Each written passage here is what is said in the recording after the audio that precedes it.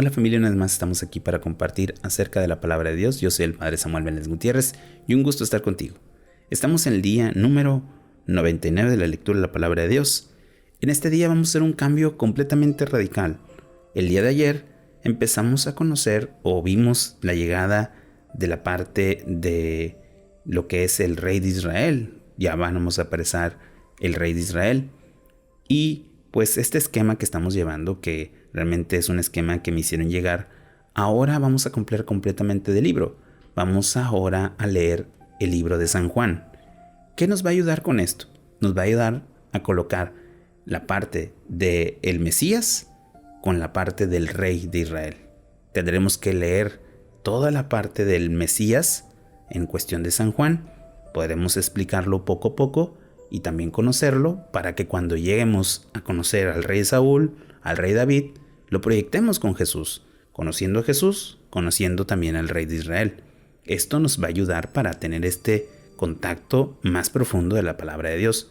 Entonces te invito a que te quedes en esta experiencia. Van a ser casi 6 días donde vamos a leer todo un evangelio. Va a ser muy interesante y sobre todo muy oportuno para conocer más la palabra de Dios. Entonces vamos a comenzar en este día. Vamos a compartir del libro del Evangelio de San Juan, capítulo 1 al capítulo 3 y Proverbios, capítulo 5, del 1 al 6. Vamos a prepararnos, si así lo deseas, ponle pausa a este video y podemos continuar con la lectura de la palabra de Dios. Vamos a preparar nuestro corazón. En el nombre del Padre, y del Hijo, y del Espíritu Santo. Amén. Del Evangelio según San Juan, capítulo 1. Al principio ya existía la palabra. La palabra estaba junto a Dios y la palabra era Dios. Ya al principio ella estaba junto a Dios. Todo fue hecho por ella y sin ella no se hizo nada. Y cuando llegó a existir, en ella estaba la vida. Y la vida era la luz de los hombres. Y la luz resplandece en la oscuridad y la oscuridad no pudo sofocarla. Vino un hombre enviado por Dios que se llamaba Juan.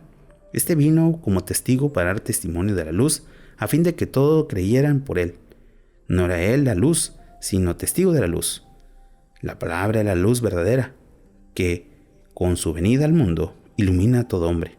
Estaba en el mundo, pero el mundo, aunque fuera hecho por ella, no le reconoció. Vino a los suyos, pero los suyos no le recibieron. Y en cuanto le recibieron, a todos aquellos que creen en su nombre, les dio capacidad para ser hijos de Dios. Estos son los que no nacen por vía de generación humana, sino por el hombre lo desea, sino que nacen de Dios. Y la palabra se hizo carne, y habitó entre nosotros, y hemos visto su gloria, la gloria propia del Hijo único del Padre, llena de gracia y de verdad. Juan dio testimonio de él, proclamando: Este es quien yo dije, el que viene detrás de mí es superior de mí, porque existía antes que yo. En efecto, de su plenitud todos nosotros hemos recibido gracia en abundancia, porque la ley fue dada por medio de Moisés, pero la gracia y la verdad nos llegaron por medio de Cristo Jesús. A Dios nadie lo ha visto jamás. El Hijo único, que es Dios y que está en el seno del Padre, nos lo ha dado a conocer. Los judíos de Jerusalén enviaron una comisión de sacerdotes y levitas para preguntar a Juan quién era. Él confesó rotundamente: Yo no soy el Mesías. Ellos le preguntaron: Entonces, ¿eres tú acaso Elías? Juan respondió: No soy Elías. Volvieron a preguntarle: ¿Eres el profeta que esperamos? Él contestó: No. De nuevo insistieron: Pues, ¿quién eres? Tenemos que dar respuesta a los que nos han enviado. ¿Qué dices de ti mismo? Entonces él, aplicándose las palabras del profeta Isaías, se presentó así: Yo soy la voz del que clama en el desierto. Rectifiquen el camino al Señor. Algunos miembros de la comisión eran fariseos. Estos le preguntaron: Si no eres ni el Mesías, ni Elías, ni el profeta esperado, ¿por qué razón bautizas? Juan afirmó: Yo bautizo con agua, pero en medio de ustedes hay uno a quien no conocen. Él viene detrás de mí, aunque yo no soy digno de desatarle la correa de sus sandalias. Esto ocurrió en Betsaida, al otro lado del Jordán, donde Juan estaba bautizando. Al día siguiente, Juan vio a Jesús que se acercaba a él y dijo: Ese es el Cordero de Dios que quita el pecado del mundo. Me refería yo cuando dije: Detrás de mí viene uno que es superior a mí, porque existía antes que yo. Yo mismo no lo conocía, pero la razón por la cual yo bautizo con agua es para que Él se manifieste a Israel. Juan dio testimonio diciendo: yo he visto que el Espíritu bajaba desde el cielo como una paloma y permanecía sobre él. Yo mismo no lo conocía, pero Él que me envió a bautizar con agua me dijo: aquel sobre quien veas que baja el Espíritu y permanece sobre él, ese es quien bautizará con el Espíritu Santo. Y como le has visto, doy testimonio de que este es el Hijo de Dios. Al día siguiente, Juan se encontraba en aquel mismo lugar con 2 de sus discípulos. De pronto vio a Jesús que pasaba por ahí y dijo: este es el Cordero de Dios. Los discípulos lo oyeron diciendo esto y siguieron a Jesús. Jesús dio media vuelta y viendo que lo seguían le preguntó: ¿qué buscan? Ellos contestaron: Maestro, ¿dónde vives? Él les respondió: vengan y lo verán. Se fueron con él, vieron dónde vivía y pasaron aquel día con él. Eran como las 4 de la tarde. Uno de los 2 que siguieron a Jesús por el testimonio de Juan era Andrés, hermano de Simón Pedro. Andrés encontró en primer lugar a su propio hermano Simón y le dijo: hemos encontrado al Mesías. ¿Qué quiere decir Cristo? Y le llevó a Jesús. Jesús, mirándolo, le dijo: tú eres Simón, hijo de Juan.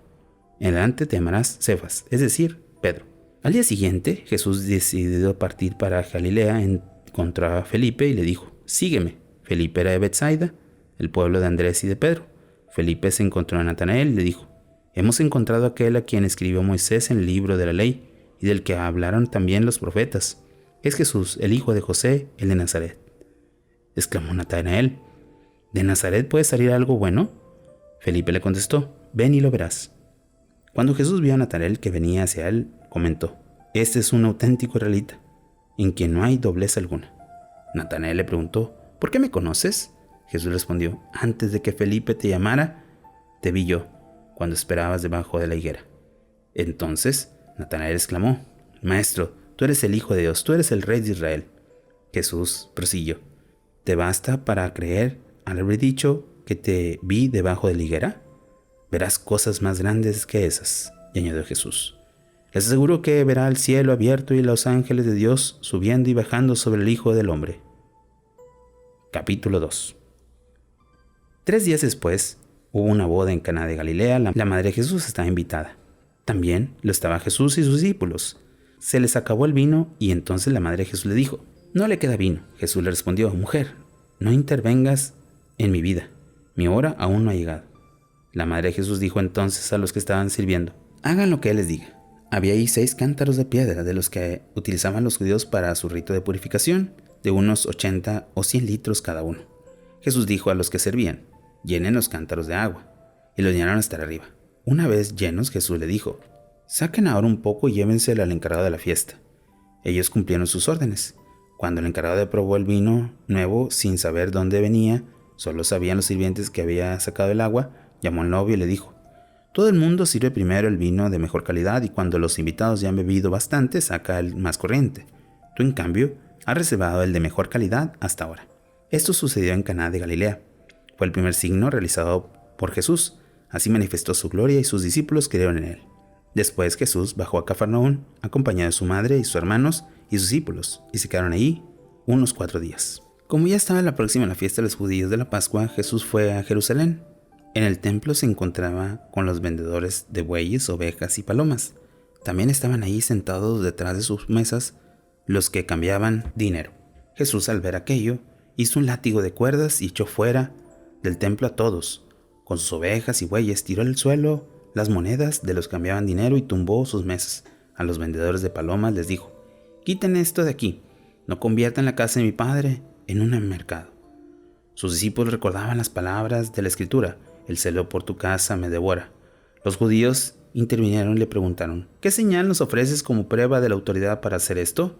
Jesús respondió: destruyen este templo y en 3 días yo lo levantaré de nuevo. Los judíos le dijeron: han sido necesarios 46 años para edificar ese templo, ¿y piensas tú reconstruirlo en 3 días? Pero el templo del que hablaba Jesús era su propio cuerpo. Por eso, cuando Jesús resucitó de entre los muertos, los discípulos recordaron lo que le había dicho y creyeron en la Escritura y en la palabra que había pronunciado.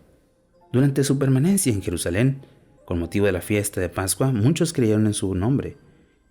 al ver los signos que hacían, pero Jesús no confiaba en ellos, porque los conocía a todos, y no necesitaba que le informaran sobre los hombres, porque él conocía bien el interior del hombre. Capítulo 3. Un hombre llamado Nicodemo, miembro del grupo de los fariseos y personaje importante entre los judíos, se presentó a Jesús de noche y le dijo: Maestro, sabemos que Dios te ha enviado para enseñarnos.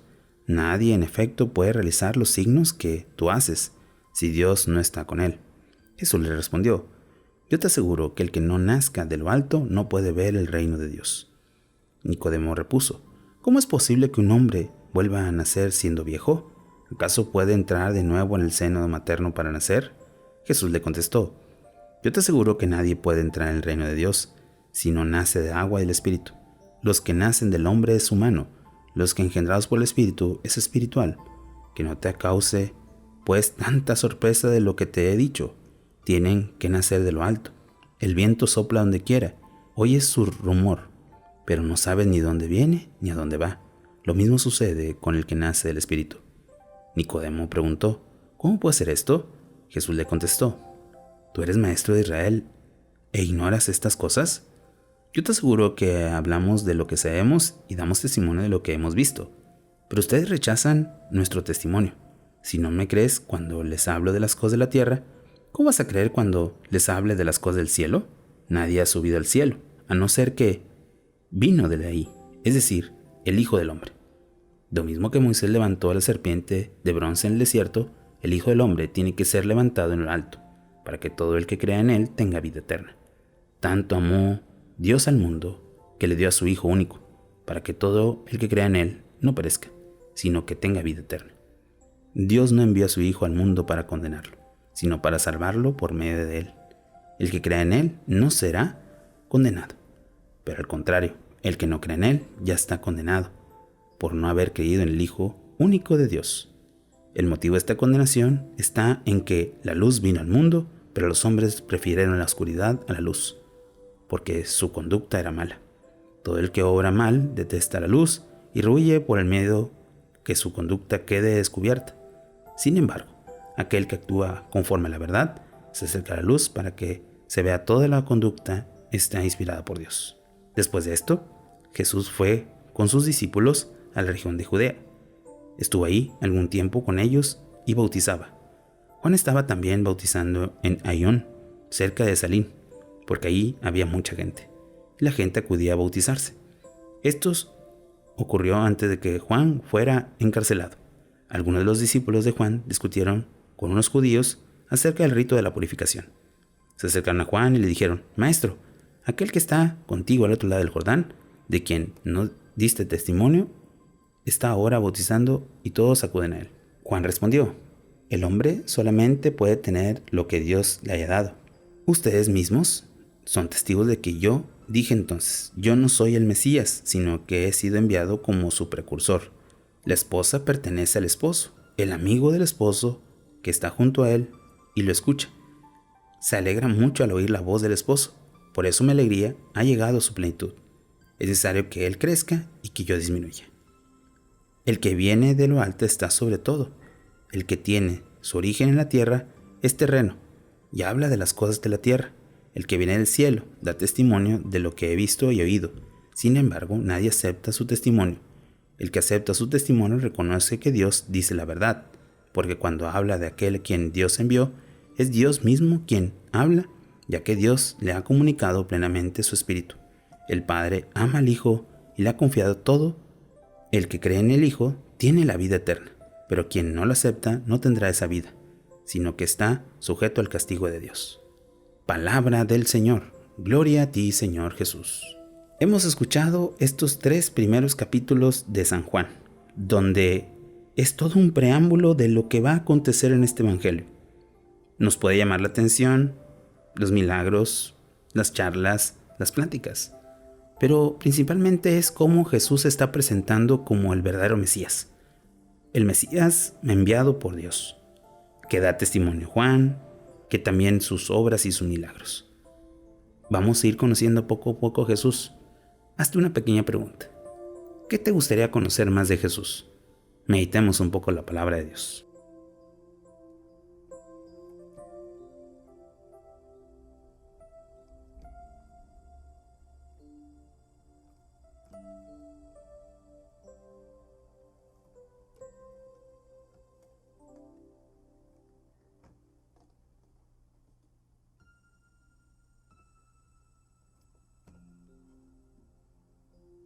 Habiendo meditado el libro del Evangelio de San Juan, pasemos ahora al libro de los Proverbios, capítulo 5. Hijo mío, atiende a mi sabiduría, ten en cuenta mi inteligencia. Así conservarás la reflexión y tus labios guardarán el saber. Miel destila los labios de la mujer ajena. Su paladar es más suave que el aceite. Pero el desenlace es amargo como ajenjo, hiriente como espada de dos filos. Sus pies corren a la muerte. Sus pasos van derechos al abismo.